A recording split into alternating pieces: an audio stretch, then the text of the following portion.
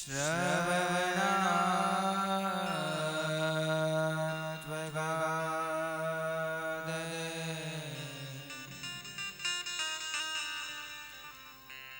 प्राणानमो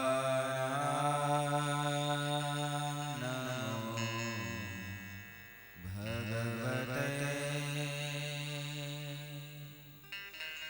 पुरुषाय तुभ्यं।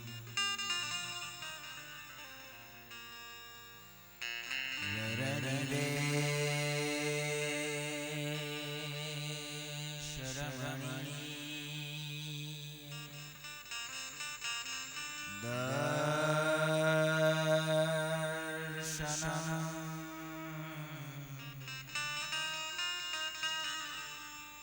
मन्दहास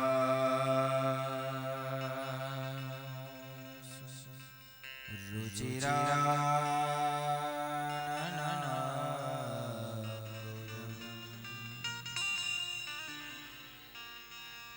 पूजितं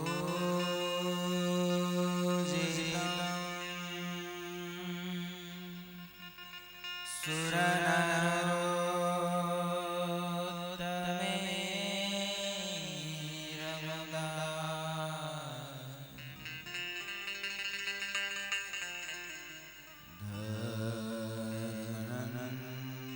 धर्मनन्दनं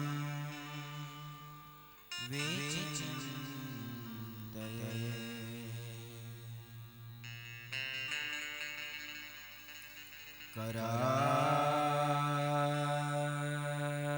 करारविन्दे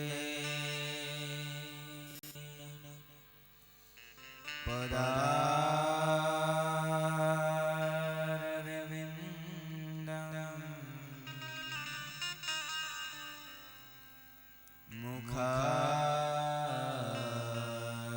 मुखारविन्दे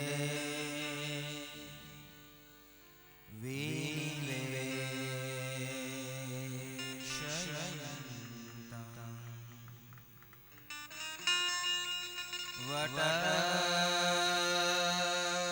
वटस्य पत्रस्य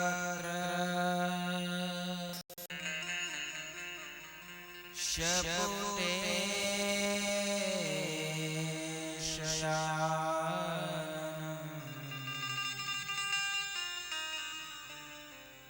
बालं मुकुन्दं मनसा स्मरामि।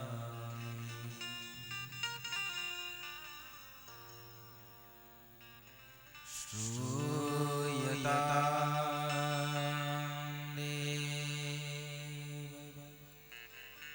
देवेश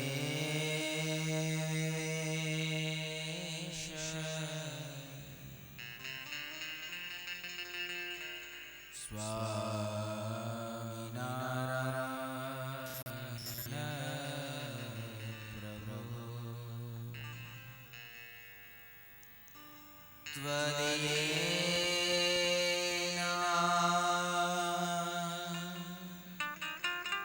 वधानेन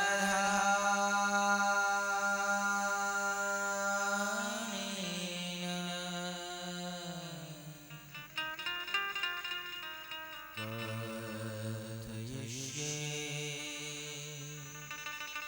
शुभाकथा।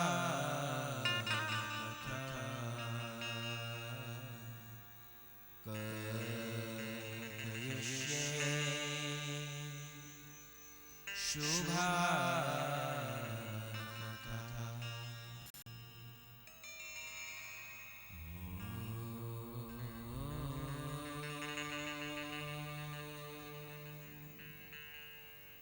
नमो यमकारिणे श्री स्वामिनारायण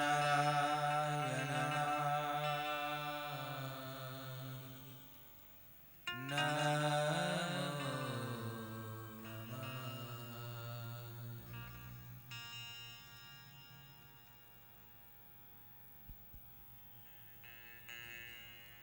बोलो स्वामिनारायण भगवान की जय। श्री नर नारायण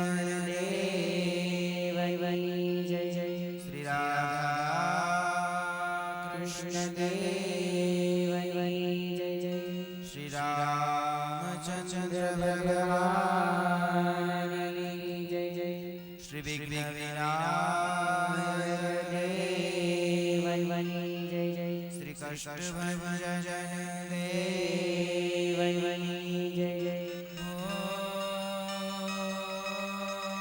नमः नमः पार्वतीपते हर हर महादेव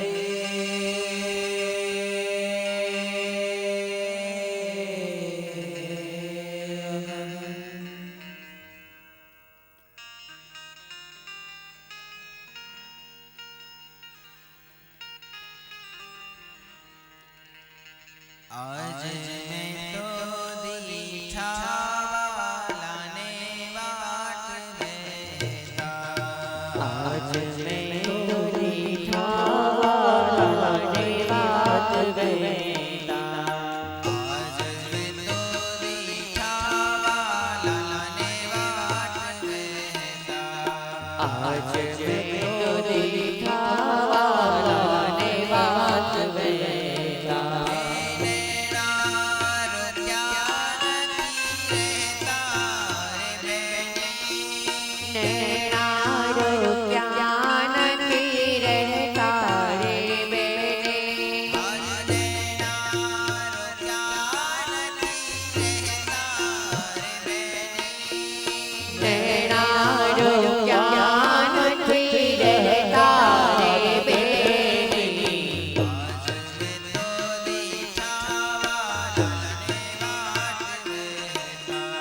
आज मैं तो दीठा वालाने वाट बेता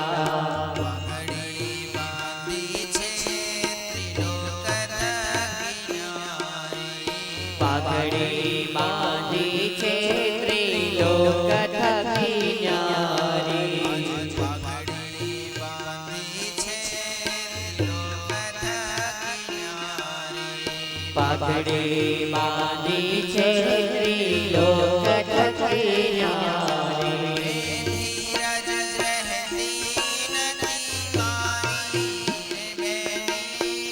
धीरज रहती नहीं मारी धीरज रहती नहीं मारी रे बेने धीरज रहती नहीं मारी धीरज रहती नहीं मारी रे बेने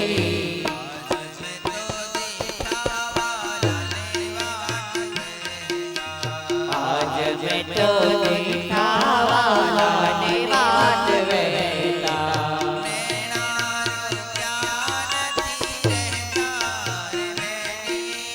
नैना रुपया नहीं रहता रे नैना आज मैं तो दीठा वालाने वाट बेता आज मैं तो दीठा वालाने वाट बेता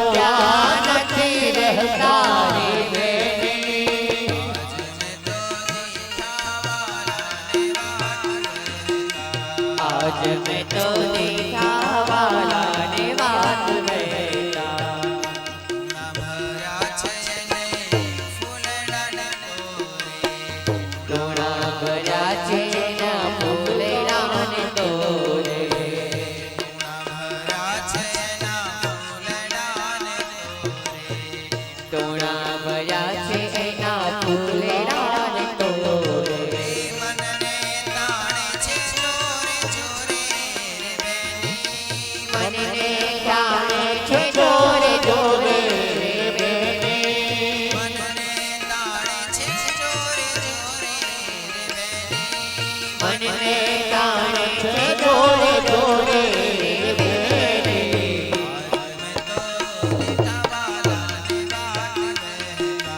આજ મેં તો દીઠા વાલા ને વાત વહેતા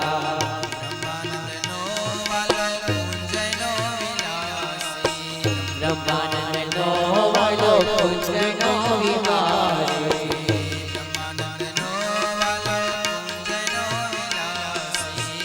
બ્રહ્માનંદનો વાલો કુંજનો વિલાસી હૈરે વસી છે નિહાસી રે બેની હૈરે વસી છે નિહાસી રે બેની આજ મેં તો દીઠા વાલા ને વાત વહેતા નૈણા રૂડા નથી રહેતા રે બેની નૈણા રૂડા નથી રહેતા રે બેની વાત વહેતા આજ મેં તો દીઠા વાલા ને વાત વહેતા આજ મેં તો દીઠા વાલા ને વાત વહેતા આજ મેં તો દીઠા વાલા ને વાત વહેતા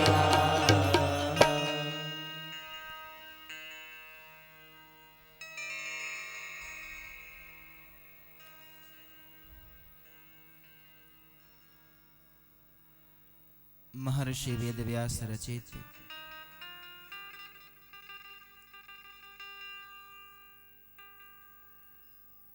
आ दिव्य ने अलौकिक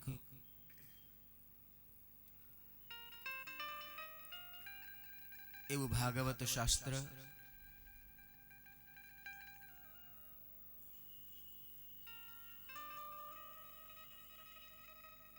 भगवान श्री कृष्णचंद्र नारायण नु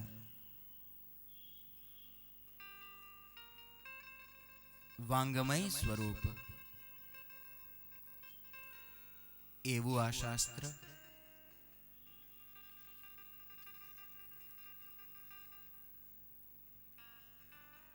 परमात्मानी अवतार कथाओथी भरपूर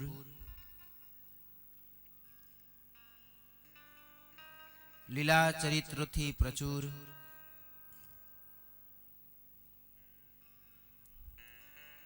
भगवानना गुणों भगवानना ऐश्वर्यो भगवानना चरित्रों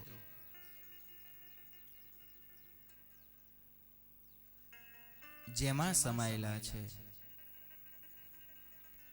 एवो अद्भुत ने एवो अलौकिक आ ग्रंथ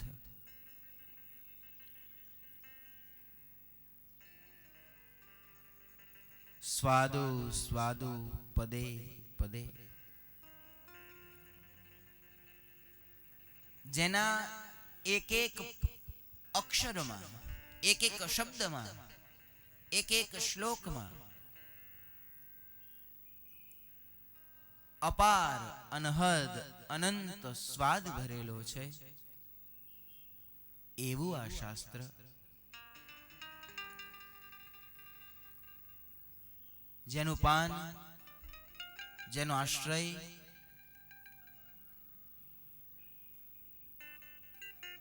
जीवात्मा ने सर्व प्रकारना फलनो आपनारो छे। आ भागवतना श्रवण थी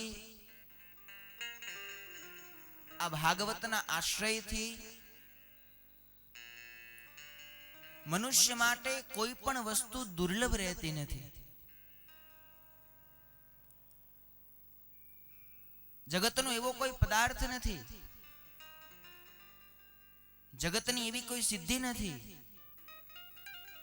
जगतनी एवी कोई वस्तु नहीं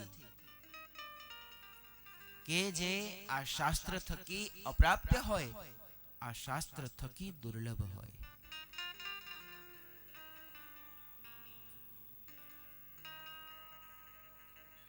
આ ભાગવત કલ્પતરુ છે. આ ભાગવત કામદૂધા છે. આ ભાગવત ચિંતામણી છે.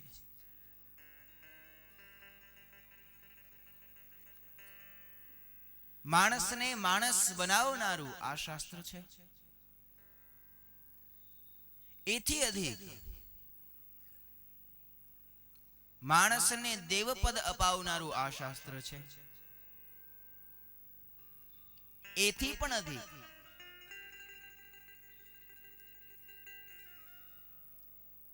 મનુષ્યને મોક્ષપદ અપાવનારું, મુક્તિમાં પણ સર્વશ્રેષ્ઠ ભગવાનની સાયુજ્ય મુક્તિ અપાવનારું આ શાસ્ત્ર છે. જેને જેને શ્રદ્ધાપૂર્વક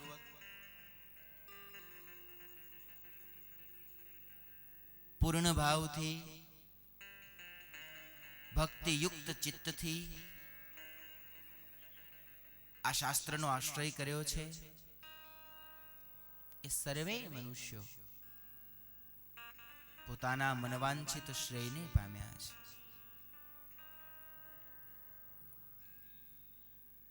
વર્ષોથી આ કથા ગવાતી આવી છે. આવનારા વર્ષો સુધી આ કથા ગવાતી રહેશે. ગંગાનો પ્રવાહ વહ્યો જાય છે. એ તો જેવી જેની શ્રદ્ધા, જેવી જેની ભક્તિ, જેવી જેની પાત્રતા, જેવી જેની ક્ષમતા, એવા ફળને એ જીવ પામે છે. ગંગાનો ધસમસતો પ્રવાહ જતો હોય, કોઈ આચમની લઈ એનું આચમન કરે તો એને એટલું ફળ મળે. કોઈ નાની ટબુડી લઈ ગંગામાં જાય તો એને એટલું ફળ મળે. કોઈ મોટો ઘડો લઈ જાય તો એને એટલું ફળ મળે. કોઈ મોટી કોઠી લઈ જાય તો એને એટલું ફળ મળે. એ ગંગા અખૂટ છે, અપાર ફળની આપનારી છે. આપણી શ્રદ્ધા, આપણી પાત્રતા, આપણી યોગ્યતા જેટલી હશે એટલું એ ફળ આપશે. નૈમિષારણ્ય ક્ષેત્રમાં સુત પુરાણી સૌનકાદી 88,000 ઋષિમુનિઓને ભાગવત શાસ્ત્રની ઉત્પત્તિની કથા પ્રથમ સ્કંદમાં કહી રહ્યા છે. ભાગવતની રચનાની કથા કહી, પરીક્ષિતના શાપની કથા કહી. બાળમુનિ શૃંગીના શાપથી 7 જ દિવસમાં જેના માથા ઉપર મૃત્યુનો ભય છે એવો રાજા પરીક્ષિત મૃત્યુનો ભય આવતા પોતાનું રાજપાટ, સુખ સંપત્તિ બધું જ છોડી અનશન વ્રત લઈ અન્ન જળનો ત્યાગ કરી વલકલ ધારણ કરી ગંગાના કિનારે આવીને બેસી ગયા છે. હજારો ઋષિમુનિઓ, વિદ્વાનો, પંડિતો, યોગીઓ આજ મહારાજ પરીક્ષિતની સામે ઉપસ્થિત છે. પરીક્ષિત હાથ જોડી સર્વેને એક જ પ્રશ્ન કરી રહ્યા છે. હે ઋષિમુનિઓ, હે પંડિતો, હે વિદ્વાનો, હે યોગીઓ, મારી એક ભૂલના કારણે આજથી 7મા દિવસે મારું મૃત્યુ થશે. તક્ષક નાગ આવીને મને કરડશે એવો મને શાપ થયો છે. આ ક્ષણભંગુર જીવનને હું ઓળખી શક્યો નહીં. બસ આજથી 7મા જ દિવસે મારું મૃત્યુ આવી અને મને ગળી જશે. મારું આયખું હવે માત્ર 7 દિવસનું જ વધ્યું છે. તો આ 7 દિવસમાં મારી મુક્તિ થાય, મારું શ્રેય થાય, મારું કલ્યાણ થાય એવો કોઈ ઉપાય હોય તો મને બતાવો. કલ્યાણના ઉપાયો તો શાસ્ત્રજ્ઞો અનેક જાણે છે, પણ ખાલી 7 જ દિવસમાં કલ્યાણ થઈ જાય એવો ઉપાય કોઈ પાસે નથી. પરીક્ષિત ઉદાસ, ખિન્ન, રડતો, પસ્તાતો પુકાર કરી રહ્યા છે, કોઈ મને બચાવો, કોઈ મને બચાવો. એ જ સમયે યોગીરાજ શુકદેવજી મહારાજ ફરતા ફરતા ત્યાં આવ્યા છે. શુકદેવજીને જોઈ અને સમગ્ર સભાજનોએ પરીક્ષિતને અંગુલ નિર્દેશ કર્યો છે કે રાજન, તારી મુક્તિનું છેલ્લું કિરણ આ મહર્ષિ છે. તું જઈ અને એમના શરણે થા, એમના પગ પકડ. પરીક્ષિત ઉભા થઈ શુકદેવજી મહારાજના શરણમાં જાય છે. મુનિઓનો પ્રશ્ન થયો છે, ગુરુદેવ, આ શુકદેવજી કોણ હતા? અહીં ક્યાંથી આવ્યા?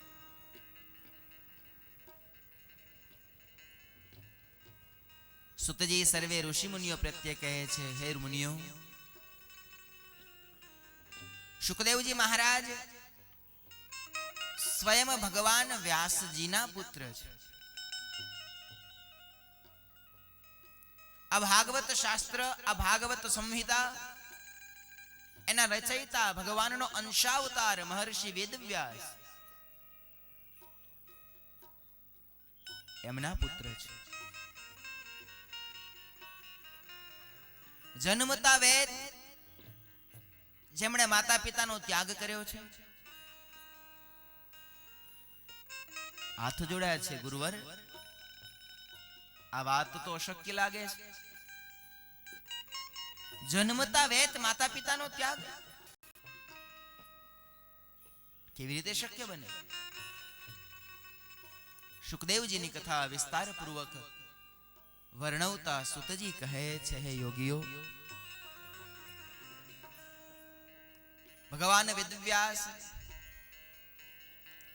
પોતાની પત્ની વાટિકા દેવી, જેમનું બીજું નામ આરુણી પણ છે, એમની સાથે શાસ્ત્રની મર્યાદા પ્રમાણે ગ્રહસ્થાશ્રમ ભોગવતા રહે છે.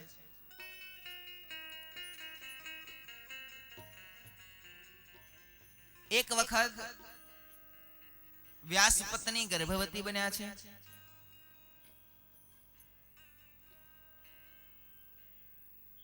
પોતાની ગર્ભવતી પત્નીને વ્યાસજી દરરોજ જ્ઞાન કથાઓ કહે છે. જ્ઞાનની વાર્તાઓ ભગવાન વ્યાસ પોતાની પત્નીને હરરોજ સંભળાવી રહ્યા છે કે દેવી, આ જગતનો સર્જક, આ જગતનો પોષક, આ જગતનો નિયંતા એકમાત્ર ભગવાન છે. મનુષ્ય માત્ર જીવ લખ 84 માં ભટકતો ભટકતો આ મનુષ્ય દેહને પામે છે. આ મનુષ્ય દેહ પામ્યા પછી, આ મનુષ્ય દેહ મળ્યા પછી કર્યા જેવું જો કોઈ શ્રેષ્ઠ કાર્ય મનુષ્ય માટે હોય તો એક જ છે, એ છે ભગવાનની પ્રાપ્તિ. ભગવાનને ઓળખી, ભગવાનને પામવાનો માર્ગ પામી, એ માર્ગે ચાલી અને જીવ ભગવાનને પામે, એ જ એના માટે શ્રેષ્ઠ કર્મ મનુષ્ય દેહ પ્રાપ્ત થયા પછીનું છે. પણ દેવી, એક માયા એવી છે ને કે જે જીવને ભગવાનથી દૂર લઈ જાય છે. અહમ અને મમત્વની કરાવનારી આ ત્રિગુણાત્મક અંધકારમય જે માયા, એ જીવાત્માને ભગવાન થકી દૂર લઈ જાય છે, એને ભગવાન ભજવા દેતી નથી. આવી જ્ઞાનની વાતો વ્યાસજી પોતાના ગર્ભવતી પત્નીને સંભળાવી રહ્યા છે. અને એ વાતો વ્યાસ પત્નીના ગર્ભમાં રહેલા ગર્ભસ્થ જીવાત્માએ પણ સાંભળી છે.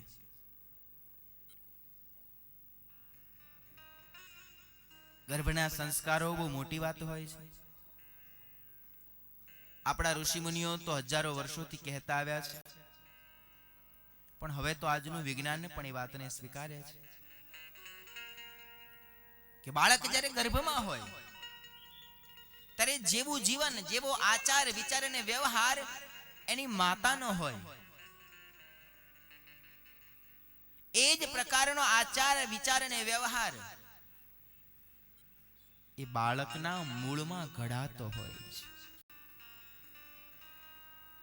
અને માટે જ આપણા શાસ્ત્રો એવું કહેતા કે ગર્ભવતી માતાએ હંમેશા ભગવદમય, સત્યપરાયણ, નીતિ પરાયણ અને મર્યાદા પરાયણ જીવન જીવવું જોઈએ કે જેથી કરી આવનારું સંતાન પણ ધર્મ અને ભગવાન પરાયણ થાય.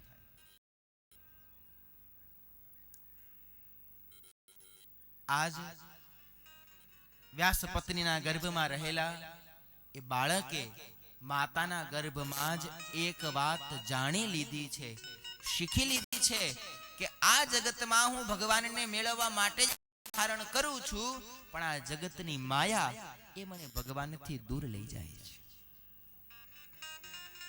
શાસ્ત્રો તો એવું કહે છે કે જ્યાં સુધી જીવાત્મા માતાના ગર્ભમાં હોય છે ને ત્યાં સુધી એને બધું જ્ઞાન હોય છે. બધાયને આ જ્ઞાન હોય છે, પણ જન્મતા વે માયાને કારણે જ્ઞાન વિસરાઈ જાય છે, માટે મનાતું નથી. મેં ગઈકાલે પણ કહ્યું હતું કે શાસ્ત્રની વાત જીવ જો શાસ્ત્ર માનીને વિચારે, એને સ્વીકારે તો એનું બહુ રૂડું થાય. શાસ્ત્ર કહે છે ગર્ભમાં જીવ અપાર દુઃખ વેઠે છે. 6-7 મહિને તો ગર્ભમાં રહેલા બાળકમાં જીવ આવતો હોય છે. એ ગર્ભ માતાના ઉદરમાં ઊંધે માથે એ જીવ લટકતો હોય છે. ભયંકર પીડાને મનુષ્ય હોય છે. ગર્ભના દુઃખથી દુઃખી થતો જીવાત્મા કહેતા આપણે બધાય વારંવાર પ્રભુને પ્રાર્થના કરે છે, હે ભગવાન આ દુઃખમાંથી મને છોડાવો, હે ભગવાન આ દુઃખમાંથી મને છોડાવો. આપણી બધાની ઈચ્છા છે, માનીએ તો પણ ભલે, ન માનીએ તો પણ ભલે. અપાર દુઃખને આ જીવ માતાના ગર્ભમાં વેઠે છે. ભગવાનને પ્રાર્થના કરે છે, પ્રભુ આ દુઃખ થકી મને મુક્ત કરો. હવે હું પૃથ્વી ઉપર જઈ સત્યનું આચરણ કરીશ, ધર્મનું આચરણ કરીશ, નીતિનું આચરણ કરીશ, તમારું ભજન કરીશ. પણ ભગવાન કહે છે ના ના, આવું કહીને તો તું કેટલી વાર છૂટી ગયો, હજી સુધી તું કાંઈ ફેર પાડતો નથી, તારો વિશ્વાસ કરાય નહીં. જીવ પ્રાર્થના કરે કે નહીં પ્રભુ આ વખતે હું નહીં કરું, આ વખતે હું આપનું ભજન કરીશ, આપની ભક્તિ કરીશ, આપના માર્ગે ચાલીશ, કૃપા કરીને મને મુક્ત કરો. છતાંય ભગવાને બહુ ઠોકરો ખાધેલી છે એટલે જીવને કહે છે કે જા તારો કોઈ સાક્ષી શોધી આવ તો તને છોડાવું, જામીન ગોતી આવ કે નહીં હવે તું ધર્મનું આચરણ કરીશ, નીતિનું આચરણ કરીશ અને સદાચારમય જીવન જીવીશ. પછી એમ કહેવાય કે જીવાત્મા જામીન ગોતવા નીકળે છે, કોઈ ભગવાન આગળ મારી સાક્ષી પૂરો કે હવે હું સાચી રીતે જીવન જીવીશ. પણ ત્યારે જીવનું કોઈ જામીન સૃષ્ટિમાં થતું નથી, કારણ કે બધાય જાણે છે કે કાળા માથાના માનવીનું કઈ નક્કી નહીં. મને જોઈને હસવું હજારો વાર આવે છે, પ્રભુ તારા બનાવેલા આજે તને બનાવે છે. આ માણસનું કઈ નક્કી જ નહીં. એક ગામડામાં પેલો ખેડૂત પોતાના ખેતરમાં બેઠો હતો, બરોબર થાકેલો અને ઝાડ નીચે સૂતો હતો બપોરના સમયે. અને ત્યાં ઝાડ ઉપર આવીને પેલો કાગડો કાકા કરવા માંડ્યો. પેલા બહુ ઉડાડ્યો પણ ઉડીને પાછો આવીને બેસી જાય. વળી પાછો કાકા કરે, પેલા માણસની ઊંઘ આવે નહીં. વળી ઉડાડે, ઉડીને પાછો આવીને કાકા કરે, પેલો માણસ કંટાળ્યો. માણસે કંટાળીને કહે છે, ઉભો રે કાગડા, હમણાં તારી વાત છે, ક્યારનો મારી ઊંઘ બગાડે છે, હમણાં એક કુહાડો લઈ આવું. કુહાડો લાવી આખું ઝાડના થડથી જ ઝાડ ઉડાડી દઉં નહીં રે ઝાડ, પછી તું ક્યાં બેસીશ ને ક્યાં કાકા કરીશ. આટલું કહીને માણસ પેલી ખેતરમાં ઓરડી હતી ને એમાં ગયો. કાગડો હસવા માંડ્યો કે આ મૂર્ખો લાગે છે, કુહાડો લાવશે ને ઝાડ કાપશે ને ત્યાં તો ઉડી જઈશ. આટલું કહીને ગયો ઓરડીમાં, એક 2 નાળી બંદૂક કાઢી ઓરડીની બારીમાં મૂકી અને કાગડાને ત્યાંથી ભડાકે દીધો. કાગડો મરતા મરતા બોલ્યો કે આ કાળા માથાના માનવીનું કાંઈ નક્કી, બોલે કઈ અન કરે કઈ. જીવ પોતાના માટે જામીન શોધવા નીકળે છે, પણ સમગ્ર બ્રહ્માંડમાં આ જીવાત્માનું મારું ને તમારું કોઈ જામીની થવા તૈયાર થતું નથી. પછી તો જમરાજ કહેતા, યમરાજ મારા ને તમારા જામીન થાય છે. યમની સાક્ષીએ આપણે બધાએ પરમાત્માને કોલ આપીને પૃથ્વી ઉપર આવ્યા છીએ કે પ્રભુ અમે પૃથ્વી ઉપર જઈ તમારું ભજન કરીશું, તમારી ભક્તિ કરીશું, સત્ય ધર્મ અને નીતિના માર્ગે ચાલીશું. આટલો કોલ મેં ને તમે એ ભગવાનને યમની સાક્ષી આપ્યો છે. પણ પછી ભગવાન દયા કરીને જીવને જેવો એ ગર્ભાવાસના દુઃખમાંથી છોડાવે, જેવો જો પૃથ્વી ઉપર આવે એટલે સૌથી પહેલું હું આયા ને તું.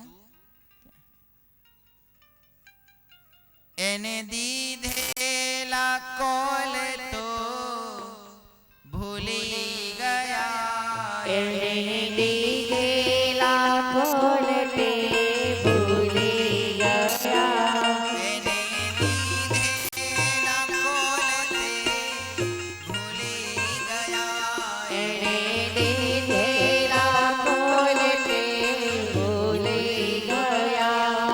જૂઠી માયાના મોહમાં ઘેલા થયા, જૂઠી માયાના મોહમાં ઘેલા થયા, હે જૂઠી માયાના મોહમાં ઘેલા થયા, જૂઠી માયાના મોહમાં ઘેલા થયા. ચેતો ચેતો શુશુલ્યા છછાન, જીવન થોડું રહ્યું. તમે ભાવે ભજજો ભગવાન, જીવન થોડું રહ્યું. આપણે આપેલા કોલ એને જીવાત્મા ભૂલે છે. જેવા સંસારમાં જીવ જન્મ ધારણ કરે છે ને માયા એને વળગી જાય છે, અને માયાથી હું ને મારું ને આ ને તે ને, અને એ માયાના અંધકારમાં જીવ ભગવાનને ભૂલી જાય છે. આજ વ્યાસ પત્નીના ગર્ભમાં રહેલા જીવાત્માને આ બાબતનું જ્ઞાન છે. એને ખબર છે કે હું શુદ્ધ છું, દિવ્ય છું, ચૈતન્ય છું, ભગવાનની પ્રાપ્તિ માટે પૃથ્વી લોક ઉપર જવાનો છું. પણ હું જેવો જન્મ ધારણ કરીશ માયા મને વળગી જશે, અને માયા જો મને વળગી જશે તો મને ભગવાનનું ભજન કરવા નહીં દે. આવી બીકથી ભયભીત થયેલા જન્મ ધારણ કરતા નથી. 1 2 3 4 9 માસ નહીં, સમય જતા 16 વર્ષ વીતી ગયા છે. પણ છતાં પણ શુકદેવજીએ માતાના ગર્ભમાંથી માયાના ભયને કારણે જન્મ ધારણ કર્યો નથી. વ્યાસજી બહારથી પોકાર કરે છે, પુત્ર હવે તો જન્મ ધારણ કર, તારી માતાને અપાર પીડા થઈ રહી છે. શુકદેવજી કહે છે નહીં, જો હું જન્મ ધારણ કરું તો માયા મને વળગી જાય, અને જો માયા મને વળગી જાય તો મારું જીવતર બગડી જાય. તમે માયાને સંકેલો તો હું જન્મ ધારણ કરું. વ્યાસજી કહે છે બેટા માયાને તો કઈ રીતે સંકેલવી? માયા તો જગતનું પેટ્રોલ છે. જો માયા સંકેલાઈ જાય તો જગતની આખી વ્યવસ્થા બગડી જાય. આ જગતનો તાતણો એક માયાના બંધનથી જોડાયેલો છે. એ માયાનું બંધન જો લઈ લેવામાં આવે તો આખું જગત ભાંગીને ભૂકો થઈ જાય. શુકદેવજી જ્યારે કોઈ રીતે માનતા નથી ત્યારે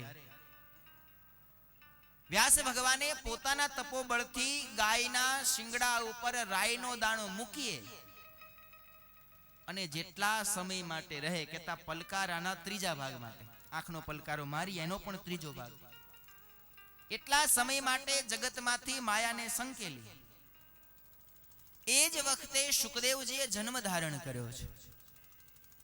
પણ જ્યારે માયાને સંકેલી ત્યારે જન્મ ધારણ કર્યો. જન્મતા વેત શુકદેવજીને માયા વળગી નથી, માટે આ મારું ના તારું એવી કોઈ ભાવના શુકદેવજીના મનમાં જાગૃત થઈ નથી. જન્મતા વેત તુરંત જ 16 વર્ષની ઉંમરના શુકદેવજી થયા છે. જન્મતા વેત કોઈની પણ સામે જોયા વિના તુરંત જ શુકદેવજી મહારાજ દોડીને ભાગવા લાગ્યા છે. ભગવાન વ્યાસજી હે પુત્ર ઉભો રહે, હે પુત્ર ઉભો રહે એમ કહેતા કહેતા શુકદેવજીની પાછળ દોડ્યા છે. આગળ શુકદેવજી દોડે છે અને પાછળ પિતા વ્યાસ દોડે છે. બેટા ઉભો રહે, બેટા ઉભો રહે, બેટા ઉભો રહે. શુકદેવજી ઉભા રહ્યા નથી. વ્યાસજી સુખદેવજીની પાછળ ઉભો રહે, ઉભો રહેનો પુકાર કરતા પાછળ દોડે છે. સુખદેવજી તો બસ દૂર એકલા આગળ દોડી રહ્યા છે. વ્યાસજીએ પુકાર કર્યો છે, બેટા તું અમને મૂકીને ક્યાં જઈશ? તો મારા વૃદ્ધપણની આશા છે, અમારી સેવા કોણ કરશે, અમારી ચાકરી કોણ કરશે? અમારી સેવા ચાકરી, અમારી સરભરા, અમારી ગઢપણની લાકડી તારા વિના બીજું કોણ થશે? બેટા તું અમારો છે, પાછો આવ, પાછો આવ. એમ જ્યારે વ્યાસજીએ પુકાર કર્યો છે ત્યારે શુકદેવજી તો ઘણા આગળ નીકળી ગયા હતા, પણ શુકદેવજીએ વૃક્ષોમાં રહી અને વ્યાસજીને જવાબ આપ્યો છે. યમ પ્રવ્રજંતમનુપેતમુપેત કૃત્યમ દ્વેપાયનો વિરહ કાતરયા જુહાવ પુત્રેતિ તન્મયતયા તર્વો વિનેદુ સ્તમ સર્વભૂતહૃદયં મુનિમાનતોસ્મિ. શુકદેવજીએ વૃક્ષોમાં રહી અને પોતાના પિતા વ્યાસજીને જવાબ આપ્યો છે, પિતાજી તમે કોને રોકો છો? કોણ કોનો દીકરો ને કોણ કોનો બાપ? બાપ અને દીકરાનો સંબંધ એ તો આ દેહના સંબંધો છે. આત્માનો, આત્મા વિના બીજો કોઈ સગો નથી. જીવનો તો માત્ર એક સગો છે, એક ભગવાન. એ વિના બીજું કોઈ મારું સગો નથી. જગતમાં જે સગપણ છે, બહુ સૂક્ષ્મતાથી જ્ઞાનની દ્રષ્ટિથી વિચારો તો સગપણ કોના છે? આ દેહના. આ જે શરીર છે, આ જે ખોળિયું છે, એના સગા છે. પણ ખોળિયાની અંદર રહેલો જે જીવ, એનો સગો તો એક ભગવાન વિના બીજો કોઈ નથી. અને આ દેહ તો નિમિત્ત છે. 50 વર્ષ, 60 વર્ષ, 70 વર્ષ, 80 વર્ષ પછી આ દેહનું ખોળિયું ખાલી. અને દેહની અંદર રહેલો જીવ સનાતન, આદિ છે, અનાદિ છે, શાશ્વત છે. યુગોથી પરમાત્માને પામવાની ઝંખનાથી ભટકી રહેલા આપણે બધા છીએ. શુકદેવજી કહે છે, કોઈ મારો પિતા નથી, હું કોઈનો પુત્ર નથી. આની પહેલા અનેક મારા પિતા થયા, અનેકનો હું પિતા થયો. એ કોઈને જો માયાએ કરીને વિસારી દીધા છે તો આ સગપણ હું જ્ઞાને કરીને છોડું છું. બહુ કહેવા છતાં પણ જ્યારે શુકદેવજી પાછા વળતા નથી ત્યારે વ્યાસજીએ જતા જતા એક અદ્ભુત વાત શુકદેવજીને કહી છે, બેટા ભલે તું પરમ વૈરાગ્યવાન છે, જન્મતા વેત માયાના બંધનોથી પર થઈ તું બધું છોડીને જાય છે, પણ બેટા ગુરુ વિના ક્યારેય જ્ઞાન સિદ્ધ થતું નથી, ગુરુ વિના ક્યારેય ભગવાનની પ્રાપ્તિ થતી નથી. માટે બેટા જીવનમાં તારે ગુરુ તો બનાવવા પડશે. અને તારા માટે માને યોગ્ય જો કોઈ ગુરુ લાગતા હોય તો મિથિલા નરેશ મહારાજ જનક છે, તું જઈ અને એમને ગુરુ બનાવજે. તારા માટે ગુરુ કરવા યોગ્ય જો કોઈ પુરુષ હોય તો મિથિલા નરેશ મહારાજ જનક છે. એટલી છેલ્લી વાત કહી વ્યાસજી પાછા વળ્યા છે. શુતજી શૌનકાદી મુનિઓને કહે છે, હે મુનિઓ, જન્મતા વેત માયાના બંધનથી રહિત એવા યોગીરાજ શુકદેવજી મહારાજ નિજાનંદમાં મગ્ન વિચરણ કરતા ચાલ્યા છે. પિતાની વાતનો મનમાં વિચાર કરવા લાગ્યા છે કે મારા પિતાએ મને કહ્યું છે કે ગુરુ વિના તને ભગવત પ્રાપ્તિ નહીં થાય, તો જા તું જઈ અને જનક મહારાજને ગુરુ બનાવજે.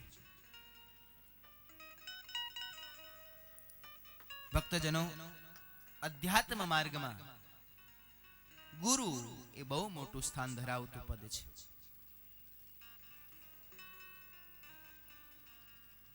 જેને ઈચ્છા હોય કે મારે ભગવાનને મેળવવા છે, એને ગુરુની જરૂર પડશે પડશે અને પડશે જ.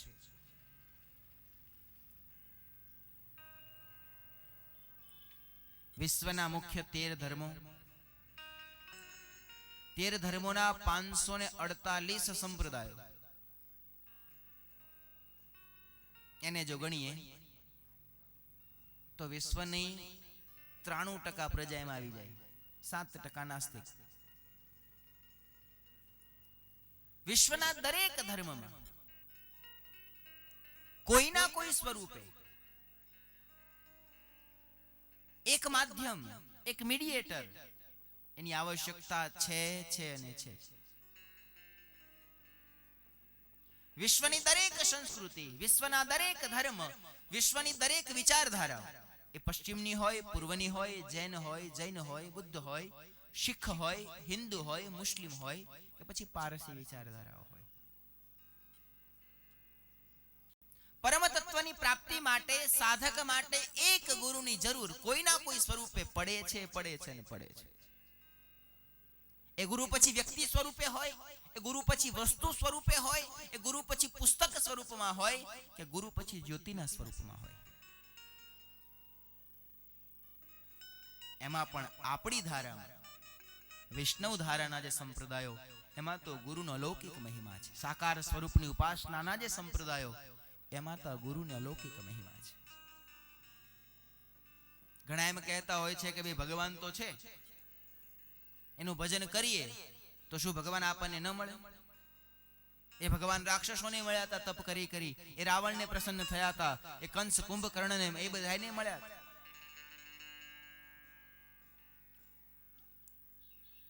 ભગવાન મળવા અને ભગવાન ઓળખવા, આ બેમાં બહુ મોટો ફેર છે. સનાતન માર્ગમાં સાધક માટે, ભગવાનની પ્રાપ્તિ માટે ગુરુ શા માટે જરૂરી છે? બે વાત હું પહેલા કહું. આપણે ક્યારેક બીમાર પડીએ છીએ, ડોક્ટર પાસે જઈએ છીએ, સાહેબ મને ઉધરસ થઈ, તાવ આવ્યો છે. ડોક્ટરે પ્રિસ્ક્રિપ્શન લખી આપે, મેડિકલમાં જઈ આપણે દવા લઈ આવીએ, જે પ્રમાણે કહ્યું એ પ્રમાણે 3 ટાઈમ 2 ટાઈમ દવા લઈએ, 2 દિવસમાં સાજા થઈ જઈએ. 2 દિવસ પછી આપણા કોઈ સંબંધી આવે, એટલે ભાઈ તમે તો સાજા થઈ ગયા, અમને તો સમાચાર મળ્યા હતા કે તમે માંદા છો, અમે તો ખબર કાઢવા આવ્યા છે. આપણે કહીએ હા બીમાર હતો પણ હવે મને સારું થઈ ગયું. ડોક્ટર બહુ સારા હતા, એ ડોક્ટરે મને સાજો કરી દીધો. આપણે શું કહીએ છીએ? ડોક્ટરે મને સાજો કર્યો. સૂક્ષ્મતાથી વિચારો, આપણને રોગ મટાડનાર તત્વ કોણ છે, દવા કે ડોક્ટર? રોગ દવાથી મટે છે કે રોગ ડોક્ટરથી મટે છે? રોગ દવાથી મટે છે. પણ છતાંય આપણે શું કહીએ છીએ કે ડોક્ટરે મને સાજો કર્યો. રોગી શાશ્વત છે, પુરાતન કાળથી છે. એ રોગની દવાઓ પણ શાશ્વત છે, પુરાતન કાળથી છે. પણ દવા અને રોગ વચ્ચે એક ડોક્ટરની જરૂર પડે છે અને પડે છે. એથી આગળ જઈએ, આપણે બધા સ્કૂલમાં ભણ્યા છીએ, અથવા તો આપણા બાળકો પણ ભણે છે. દરરોજ સ્કૂલમાં જઈએ છીએ, એટલે સાહેબ શું ભણાવે છે?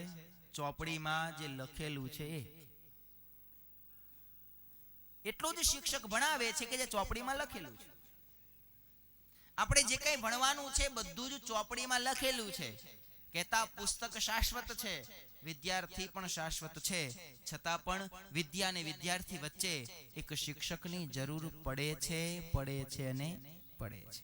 સાધક પણ શાશ્વત છે, પરમેશ્વર પણ શાશ્વત છે, પણ પરમેશ્વર અને સાધક વચ્ચે, ભક્ત અને ભગવાન વચ્ચે એક ગુરુની જરૂર પડે છે. ગુરુ નહીં હોય તો શું થશે? ભગવાન નહીં મળે? નહીં, ગુરુ નહીં હોય તો ભગવાન મળશે, પણ જે મળ્યા છે ભગવાન છે એની ખબર આપણને નહીં પડે. ભગવાન કેવો અઘરોય નથી કે ભગવાન કે ગુરુનો મોહતાજ નથી.